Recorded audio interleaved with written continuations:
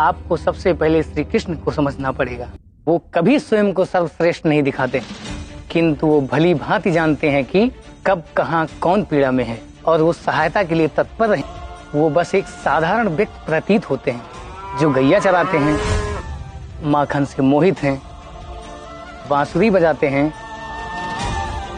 मीठी बातें करते हैं। हम सबको हमारे जीवन में एक कृष्ण तो खोजना ही चाहिए, और वो कृष्ण तुम्हारे पति भी हो सकते हैं, तुम्हारे मित्र भी हो सकते हैं, तुम्हारे प्रेमी भी। तो सदैव स्मरण रखना, आपके जीवन में जो कृष्ण हैं, चाहे वो कोई भी हो, ऐसा मत सोचिए कि उन्हें आपकी चिंता नहीं है या वो आपसे प्रेम नहीं करते। नमस्कार, मैं हूं विवेक मिश्र। आप देख रहे हैं पीटीसी लाइव संवाद। गांव की प्रतिभा को जब मुंबई की माया नगरी में कोई पहचान मिलती है, वो भी जब उसके पीछे कोई फिल्मी बैकग्राउंड ना हो, किसी तरीके कोई बैकअप ना हो, कोई जानने वाला ना हो, तो निश्चित रूप से ये एक बड़ा काम है। हम ऐसे ही आज एक युवा के साथ खड़े हैं। इनका नाम आदर्श त्रिपाठी है। ये यूपी के बस्ती जिले के रहने वाले हैं और इन्होंने गांव से निकल करके मुंबई की माया नगरी में लगातार ये काम कर रहे हैं, संघर्ष कर रहे हैं और अपनी पहचान बनाने के साथ उत्तर प्रदेश के और देश के लाखों युवाओं को वो सपना दिखाने का काम कर रहे हैं कि आप भी परंपरागत जो तमाम सारे काम हैं उसके साथ आप फिल्मी दुनिया में और इस क्षेत्र में बेहतर कर सकते हैं। हम इनसे बात करेंगे और कैसे शुरुआत हुई काम करने की, क्या कुछ इन्होंने सीखा और आगे किस तरीके के सीरियल में और फिल्मों में ये काम कर रहे हैं, आगे क्या कुछ इनकी तैयारी है और किस तरीके से संघर्ष से गुजर करके यहाँ तक पहुंचे हैं।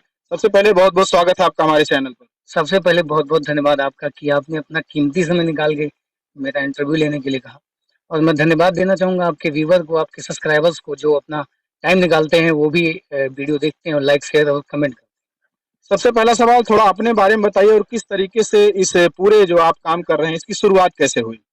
सबसे पहले तो मैं बताना चाहूंगा कि नाम मेरा आदर्श त्रिपाठी है। बेसिकली मैं यूपी जिले से तिनिच का रहने वाला हूँ। वैसे तिनारी मेरा गांव है और इस लाइन में मैंने शुरुआत करने के लिए कोई पहले से कोई प्लान नहीं था मेरा, लेकिन पहले मैं लखनऊ में एक कॉल सेंटर में काम कर रहा था।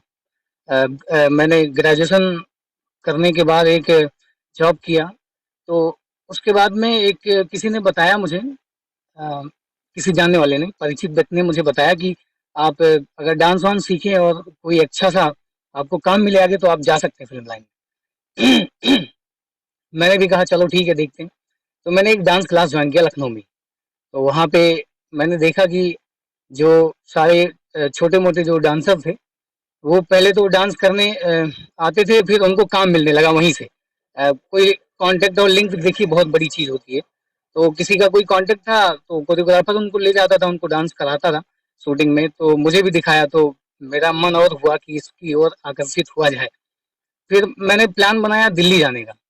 तो दिल्ली में जब मैं गया तो एक प्लान सेट किया। पहले मैंने किसी भी काम को करने से पहले सबसे पहले आपको ज़रूरी है कि सबसे पहले कोई प्लान सेट किया जाए। तो मैंने प्लान सेट किया। अब ये सेट हुआ कि पहले कोई जॉब करेंगे, उसके बाद एक थिएटर ज्वाइन करेंगे, क्योंकि फिल्म लाइन के बारे में काफ़ी खोजबीन किया मैंने, काफ़ी उसके बारे में जानकारी लिया। उसके बाद में मैंने कदम रखा इसमें। तो देखा मैंने कि पहले सर्वाइव करना बहुत इम्पोर्टेंट है। किसी भी काम को करने के लिए अगर आपको घर से सपोर्ट नहीं मिल रहा है, तो उसमें आपको सर्वाइव करने के लिए सबसे पहले अपना रास्ता खोजना पड़ेगा। कहीं से अर्निंग होना बहुत ही इम्पोर्टेंट है लाइफ में। तो मैंने एक जॉब के लिए अप्लाई किया, एक जॉब देखा, मैंने जॉब ज्वाइन किया। फिर कहीं थिएटर के लिए भी मैंने बातचीत करना स्टार्ट किया। दिल्ली में मंडी हाउस में थिएटर्स ग्रुप्स हैं, तो वहाँ पे, लेकिन मैं एक जगह कहीं भी रुक नहीं पा रहा था। तो फिर फिर मैंने थिएटर ज्वाइन किया, लेकिन वहाँ भी मन नहीं लग रहा है। अब मैं सोच रहा हूँ कि किस तरीके से काम को आगे बढ़ाया जाए। देन उसके बाद में मैं देखिए, अगर काम में इसमें हाथ आजमा रहा हूँ तो मैं हाथ पाँव मारता रहता था कहीं न कहीं। जैसे आजकल बहुत बढ़िया हो गया है, सोशल मीडिया के थ्रू आपको बहुत सारे काम की जानकारी मिल जाती है अगर आप खाली नहीं बैठेंगे। तो मैंने देखा एक छोटा-मोटा काम आया था, दंगल मूवी की स्टार्टिंग, वो शुरुआत थी शूटिंग की। तो उसमें एक कॉन्टैक्ट मिल गया मुझे एज़ ए, वहाँ पे कोई बहुत बड़ा रोल नहीं था, छोटा-मोटा कैरेक्टर था ऐसे ही। मैं वहाँ पे गया, तो वहाँ पे नए फेस की बहुत रिक्वायरमेंट होती है दिल्ली, मुंबई ऐसे शहरों में। तो उन्होंने देखा जो शूटिंग पे आए हुए थे, काफ़ी कोऑर्डिनेटर्स थे, काफ़ी कास्टिंग वाले थे, तो उनसे कॉन्टैक्ट हो गया। आगे नंबर वगैरह शेयर किया, फिर आगे काम मिलता रहा मुझे। देन उसके बाद में आगे का प्लान यही था कि काम चलो मिल रहा है, लेकिन बजट जो था, पेमेंट बहुत इंपॉर्टेंट होता है काम में, कि पैसे अगर आपको कितने मिल रहे हैं आपके काम के, तो पैसे बहुत कम थे। तो इस वजह से मैंने सोचा कि अब थोड़ा और आगे बढ़ने के लिए थोड़ा और सीखना बहुत ज़रूरी है। तो मैंने सीखने पे और ज़्यादा काम किया। तो सीखते-सीखते अपना उस दौरान आपको मैं बताऊँ कि काफ़ी ज़्यादा मुझे तकलीफ़ झेलना पड़ा। मतलब कि अभी मैं उसमें बहुत सारी दिक्कतें आई। नहीं, आप इसलिए उन दिक्कतों को बताना इसलिए ज़रूरी है क्योंकि जो लोग इस काम में आगे जाना चाहते हैं या इस पेशे को जॉइन करना चाहते हैं, उनके लिए अच्छा पक्ष जानना ज़रूरी है, लेकिन उसके साथ जो संघर्ष है, जो तमाम सारी दुश्वारियाँ झेलनी पड़ती हैं, वो भी जानना ज़रूरी है। तो उसके बारे में आप खुल के बता सकते हैं। देखिए, सबसे पहले ये ध्यान में रखना चाहिए कि आप कोई भी काम करेंगे, आपको कठिनाइयाँ आएँगी आपके सामने, और उन कठिनाइयों का सामना करना है, आप हिम्मत हार के पीछे नहीं हट सकते। सबसे पहली बात ये है। तो इस तरीके से कठिनाई काफ़ी सारी आई, तो उसको मैंने किसी तरह फेस किया। आगे अच्छा होगा ये सोच के उस समय का मैंने इंतज़ार किया कि अच्छा समय आएगा, ये बुरा समय है, बुरा दौर है, गुज़र जाएगा। तो घर से अगर आपको किसी तरह का सपोर्ट नहीं मिल रहा है, तो सब कुछ आपको अपने हिसाब से देखना पड़ेगा। लेकिन सबसे बड़ा है कि लोगों का आशीर्वाद रहता है, घर वालों का या बाहर जो लोग भी आपको देखना चाहेंगे। बिना उनके आशीर्वाद और बिना सपोर्ट के तो नहीं हो पाता है। लेकिन अगर किसी उनका ये बेहतर था कि बातचीत करके वो सांत्वना देते रहते थे कि हाँ, आप आगे बढ़ें। तो इसमें किसी ने ये नहीं कहा कि नहीं, ये काम मत करो। तो घर वालों से ऐसा सपोर्ट मिलता रहा। जैसे आप जब गाँव से आप निकल के आप वहाँ पहुँचे, तो सबसे पहला काम आपको कौन-सा मिला? वो कौन-सा सीरियल था या कौन-सा जो ऐड था, कोई फ़िल्म था, जो भी था, सबसे पहला ब्रेक आपको किसमें मिला? अगर इस नज़र से देखा जाए तो अगर कोई मुझे अच्छा काम मिला तो एक ज़िंदगी की महक एक सीरियल आता था जी टीवी पे। तो उसपे मुझे एक अच्छा कैरेक्टर 25 से 30 सेकंड का मिला। देन उसके बाद वो मैं मानता हूँ कि वहाँ पे वो मेरा पहला ऐसा ब्रेक था जो जहाँ से मैं और मुझे कॉन्फिडेंस मिला। उसकी कुछ 2-4 लाइनें अगर याद हो आप बताना चाहें? नहीं, जैसे कि वो बहुत छोटा ही डायलॉग था, एक ऐसी था कि नॉर्मली मैं एज़ ए मेकअप आर्टिस्ट वो कैरेक्टर था। तो एक्ट्रेस के साथ बस थोड़ा-सा बातचीत रहता है कि आपका मेकअप करवाना है, आपको आप ऐसे सुंदर नहीं लग रही हैं आगे पार्टी में जाने के लिए। तो इस तरीके का कैरेक्टर था।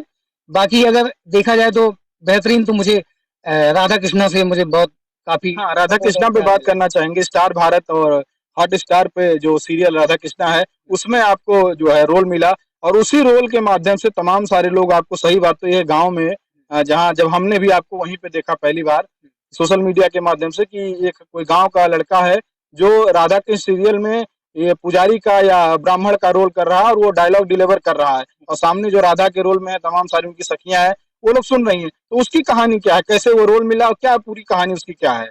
सबसे पहले तो मैं दिल्ली में था उस समय, और यही प्लान बन रहा था कि मैं जाके मुंबई में क्योंकि मैं मुंबई आता-जाता रहता था काम वगैरह के सिलसिले में। सर्वाइव मैं दिल्ली में करता था, लेकिन काम के सिलसिले में मैं आता-जाता रहता। तो मुंबई में मुझे किसी के थ्रू मुझे एक दिखाई पड़ा एक एडवर्टाइज़मेंट, तो उसके लिए रिक्वायरमेंट थी किसी की। तो मैंने उसमें एक ऑडिशन दिया था। तो जी उसमें मैंने एक कैरी किया था मेघनाथ के कैरेक्टर का, काफ़ी पुराना रामायण का डायलॉग है। तो वो वो डायलॉग डायलॉग ज़रा सुना के बताइए, बोल के बताइए। वो डायलॉग कुछ इस तरीके से था। रावण जब मतलब रावण और राम का युद्ध चल रहा होता है, तो मेघनाथ ने अपने पिता को एक बार ये बात बताने के लिए कि वो कोई साधारण मानव नहीं है, इसके विषय में उन्होंने ये कहा था। उनका डायलॉग कुछ इस प्रकार था, पिताश्री, मैं एक कायरतावश नहीं आया हूँ, एक पुत्र की भांति अपना कर्तव्य निभाने आया हूँ, आपका कल्याण हो। इस प्रयोजन से मैं आपसे ये कहने आया हूँ कि आप अपने साथ इस वैभवशाली राक्षस जाति को सर्वनाश होने से बचा लें। अब भी समय है पिताश्री, माँ सीता का त्याग करके श्री राम के चरणों में चले जाएं, वो साधारण मानव नहीं है। कुछ इस तरीके का था। तो मैंने ये वहाँ पे जाके अपना ऑडिशन दिया था, तो फिर मुझे फ़ोन आया। तो उसके पहले का कैरेक्टर था कि एक शुक्राचार्य के असिस्टेंट का कैरेक्टर था, तो उसमें मैंने किया था। उसके बाद में वहाँ देख के उन्होंने अच्छा काम देखा, तो उन्होंने मुझे अगला ऑफ़र दे दिया ये पुजारी जी का। नहीं तो ये जो पुजारी जी का जो आपका रोल है, वो बहुत लोकप्रिय है, बहुत सराहा भी गया। गाँव में लोगों ने सराहा, जिसने भी देखा उसने सराहा। तो उसका अगर कुछ याद हो आपको जो आप राधा माँ से कहते हैं, उनकी सखियों से कहते हैं कि इस तरीके से सबके जीवन में एक कृष्ण होना चाहिए, वो कृष्ण किसी रूप में हो सकता है, तो वो ज़रा सुनाइए हमको क्या था? पूरा डायलॉग तो मुझे अभी नहीं याद है। जितना भी याद आ रहा हो आपको। कुछ इस तरीके से था कि कृष्ण ही वो व्यक्ति हैं जो आपकी हर प्रकार में आपकी सहायता कर सकते हैं। वो साधारण मानव नहीं है, बस वो साधारण से दिखने से प्रतीत होते हैं। उनका गैया चराना, बांसुरी बजाना ऐसा कुछ था। तो मुझे वो पूरा अब याद नहीं है बहुत मैंने याद तो किया था लेकिन मैं भूल गया 2 महीने हो गए। अच्छा। अच्छा, अभी तक आप किन-किन सीरियलों में काम कर चुके हैं? जो भी जहाँ-जहाँ आपने काम किया, कहाँ-कहाँ आप काम कर चुके हैं अभी तक? मैंने दिल्ली में एक गाना पहले तो एक गाने का भी ब्रेक मुझे एल्बम सॉन्ग में मेरे 3 एल्बम सॉन्ग हैं। एक हिंदी है जो कि शान की आवाज़ में है और एक एक गाना हरियाणवी है और उसमें मैंने एज़ ए लीड में काम किया है और एक अंकित तिवारी जी के साथ मैंने मुरीदन सॉन्ग किया है। तो उसमें मेरा सेकंड लीड में था लेकिन कैरेक्टर अच्छा था, एक नेगेटिव कैरेक्टर था, बहुत ही बेहतरीन। मुझे नेगेटिव कैरेक्टर करना बहुत पसंद है। इसके अलावा एक आपने और किसी सीरियल में काम किया है जो राजा-महाराजाओं से जुड़ा हुआ है, वो क्या है? वो स्वराज सीरियल है डीडी नेशनल के लिए जो कि है और अभी वो तो रिलीज़ नहीं हुआ है, वो हर संडे अलग-अलग एपिसोड आता है। तो शायद अभी 15वां या 20वां एपिसोड चल रहा है, उसका आगे का मुझे लगता है अभी 15-20 संडे के बाद ही आएगा। क्या रोल है उसमें आपका? कुछ डायलॉग अगर याद हो? उसमें मेरा 3 कैरेक्टर था। तो सबसे पहले एक एपिसोड में मैंने रानी लक्ष्मीबाई के साथ किया था, उसमें मेरा खुदा बख्श का कैरेक्टर था, लेकिन उसमें सिर्फ मेरा फाइटिंग का सीन है। उसमें कोई डायलॉग तो ज़्यादा बेहतर था नहीं या डायलॉग था भी नहीं, छोटा-मोटा ऐसे ही इशारे में बात चल रही थी और फिर एक मुझे दूसरा उसमें एक आया, एक तिलका माझी जी का कैरेक्टर था उसमें, जो कि इतिहास के बारे में स्वराज में दिखाया जाता है, तो उसमें मेरा एक पुलिस वाले का कैरेक्टर था जो कि अंग्रेज ज़माने का एक कैरेक्टर था, तिलका मांझी के साथ में मैं कुछ था याद आ उसमें। रहा है उसमें क्या डायलॉग था? हाँ, उसमें उसमें का जो डायलॉग था, हाँ, कुछ वो ऐसे था डायलॉग कि हटाओ, हटाओ ये सब क्या हो रहा है, वहाँ के जो महिलाएँ लोग रहती हैं या वहाँ के बच्चे जो गरीब लोग रहते हैं, उन पे अत्याचार करना दिखाया गया है।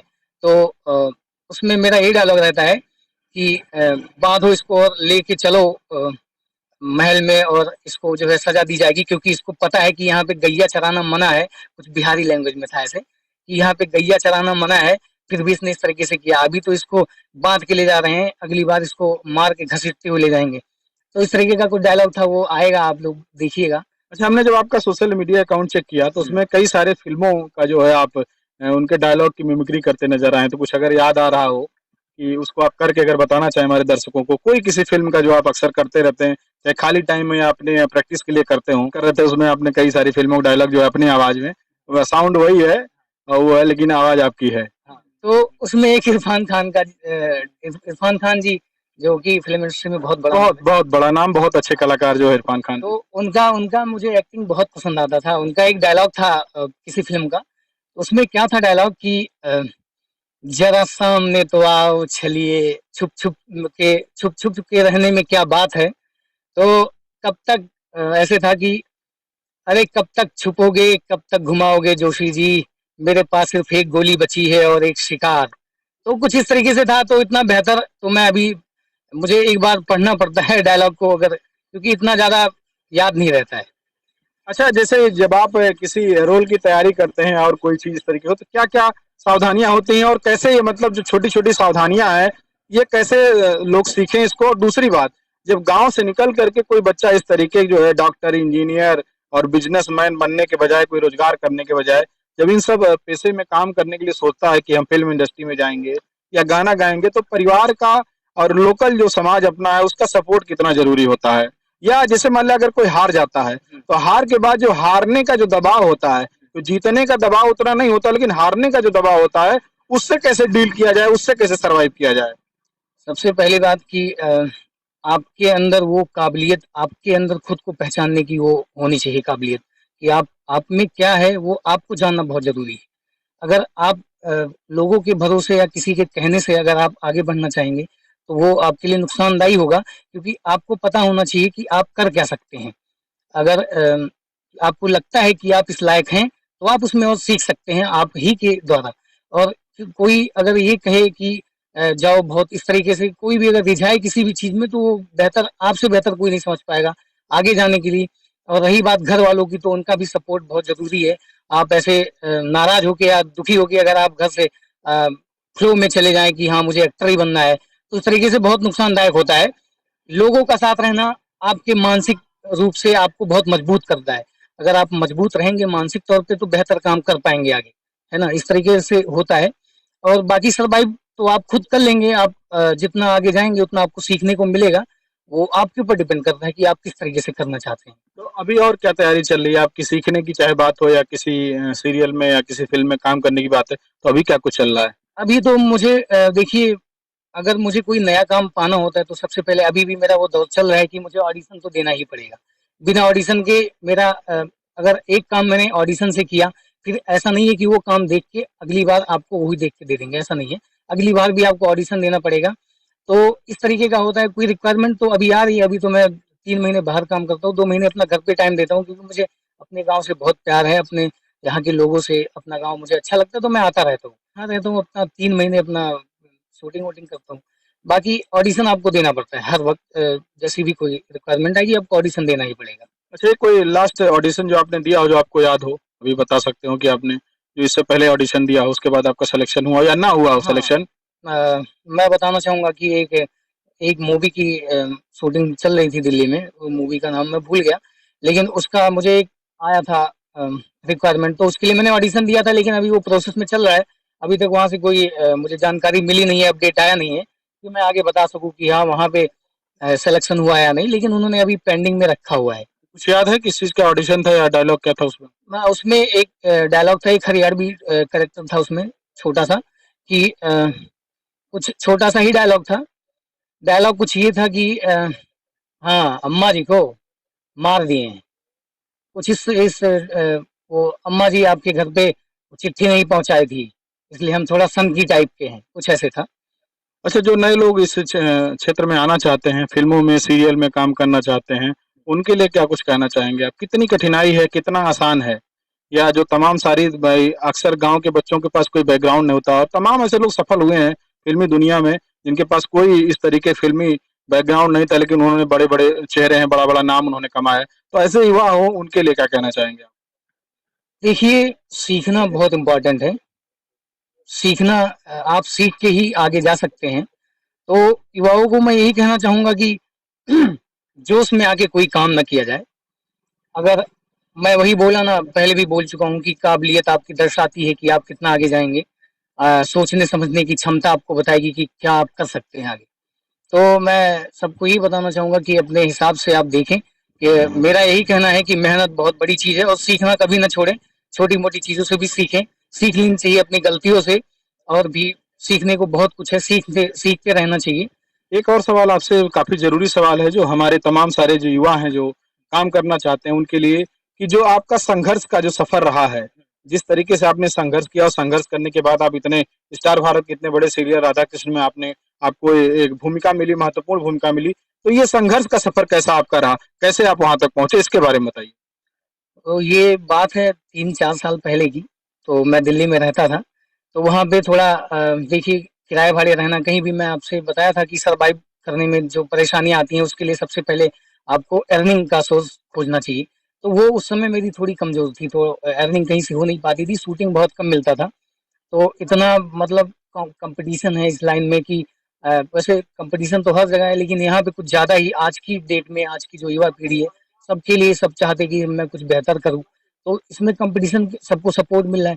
तो मेरा वहाँ सपोर्ट बिल्कुल पैसे के मामले में बहुत सर्वाइव करना मुश्किल था। तो दिक्कतें जो आई मेरे साथ तो कुछ ऐसे भी दिन गुजरे हैं कि मतलब सोने के लिए जगह भी नहीं रहता था और कुछ खाने-पीने की भी जगह मतलब कुछ खाने-पीने का ना तो ना सोने की, ना रहने की।